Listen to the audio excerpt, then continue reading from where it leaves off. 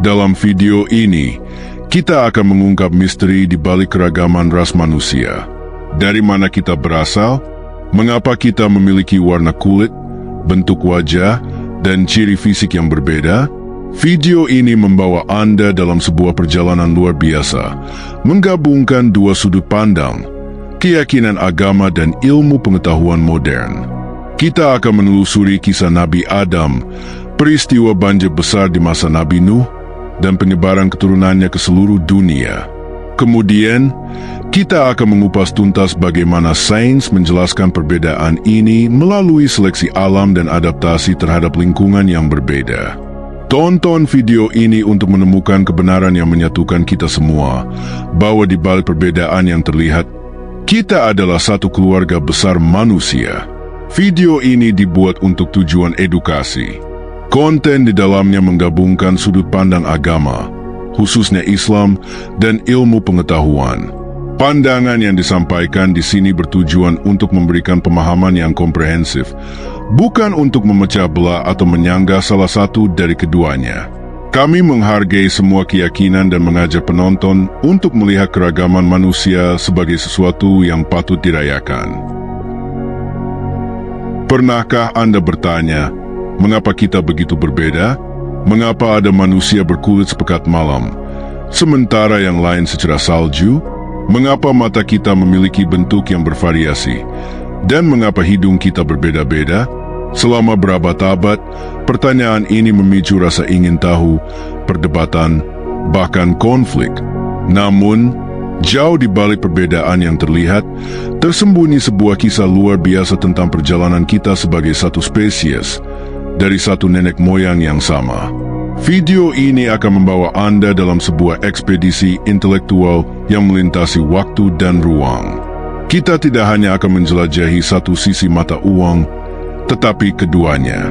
Kita akan menyusuri jejak sejarah yang diceritakan dalam kitab-kitab suci, dari awal penciptaan hingga peristiwa-peristiwa besar yang membentuk populasi manusia.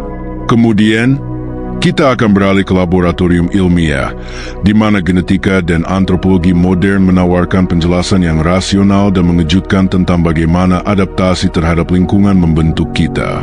Kita akan mengupas tuntas mengapa perbedaan ras muncul, apa makna di baliknya, dan bagaimana kita harus memahaminya, baik dari sudut pandang ilmiah maupun spiritual. Ini bukan sekadar tentang asal-usul, melainkan tentang bagaimana kita bisa merayakan keragaman tanpa membiarkan perbedaan itu memecah belah kita.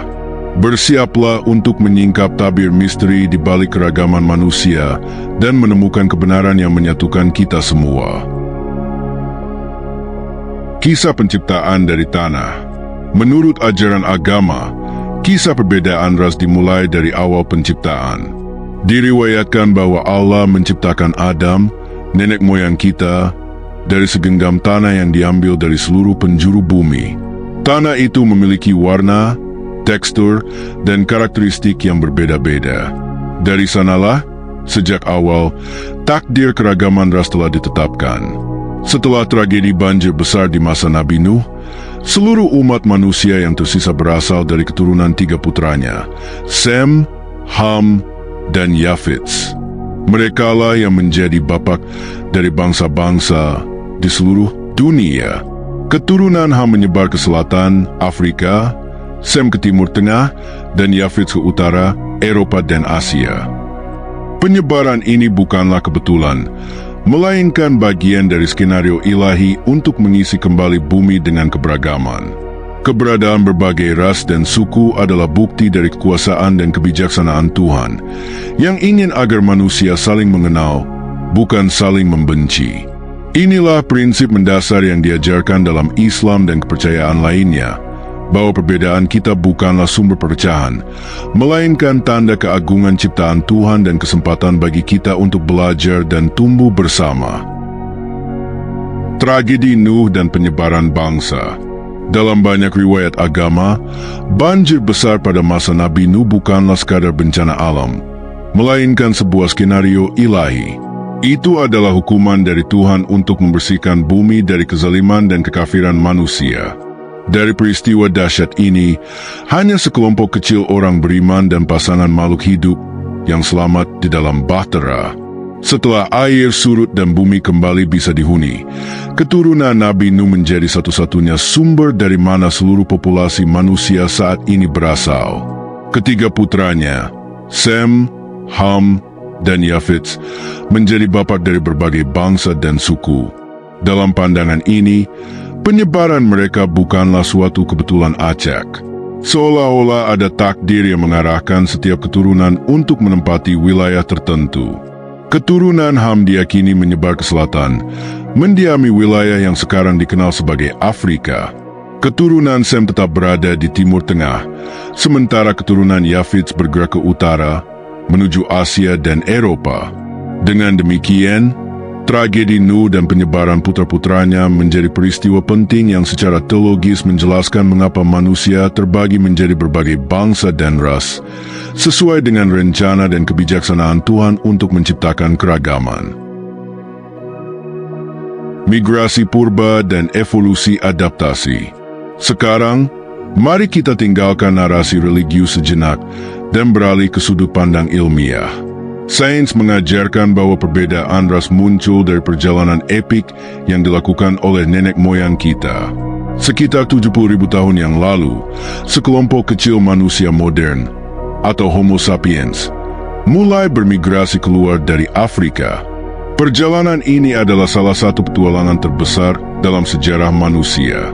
Saat mereka bergerak melintasi benua-benua, mereka menghadapi tantangan lingkungan yang sangat berbeda.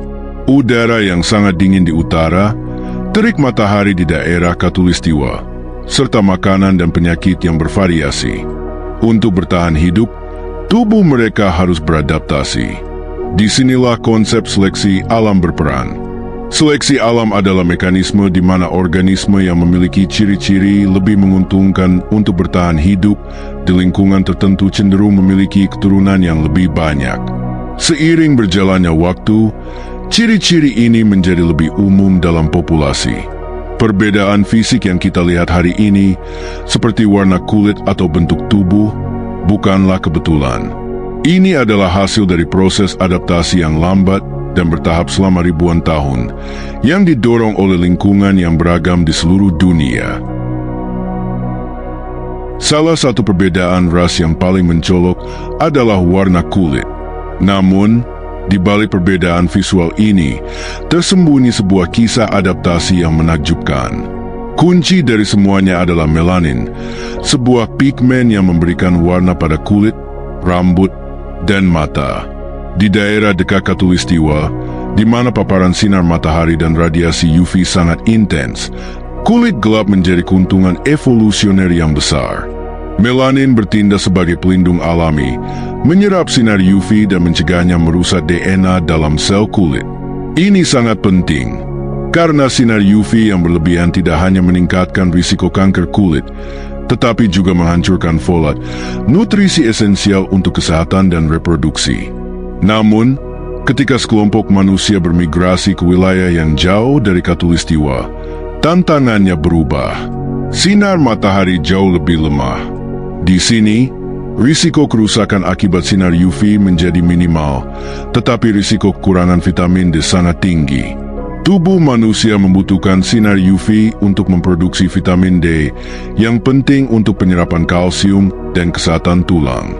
Tanpa vitamin D yang cukup, seseorang berisiko mengalami penyakit serius seperti rakitis.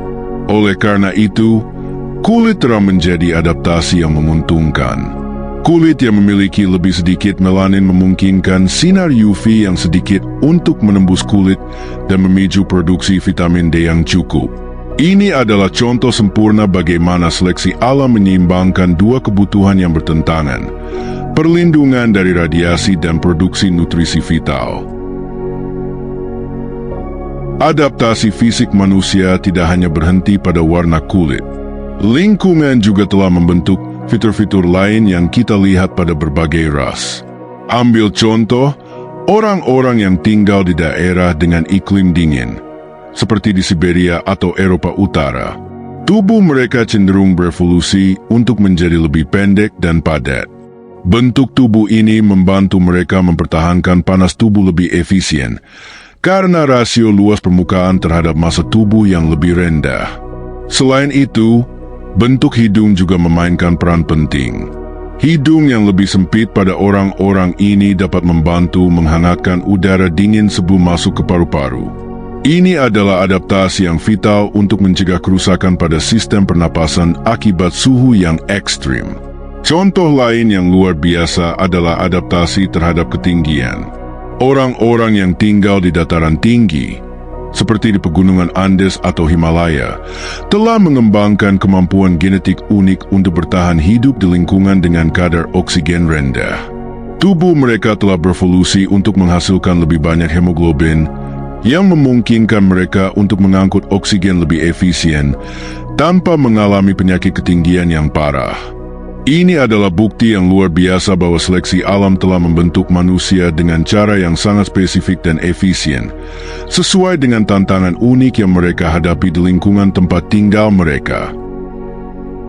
Setelah melihat bagaimana sains menjelaskan perbedaan fisik kita, sekarang kita harus menghadapi kenyataan yang lebih kompleks. Konsep ras itu sendiri adalah sebuah konstruksi sosial. Ini mungkin terdengar paradoks, tetapi secara ilmiah, gagasan tentang ras sebagai kategori biologis yang jelas dan kaku sudah banyak ditinggalkan. Genetika modern telah menunjukkan fakta yang mengejutkan. Variasi genetik di dalam satu kelompok ras bisa jauh lebih besar daripada perbedaan genetik rata-rata antara dua ras yang berbeda. Ini berarti dua orang dari ras yang sama, misalnya dua orang Eropa, bisa memiliki perbedaan genetik yang lebih besar daripada perbedaan genetik antara salah satu dari mereka dengan seorang individu dari Asia. Jika ras bukanlah kategori biologis, lantas mengapa konsep ini begitu kuat dalam masyarakat kita? Sejarah memberikan jawabannya. Konsep ras modern muncul dan digunakan secara luas di era kolonialisme.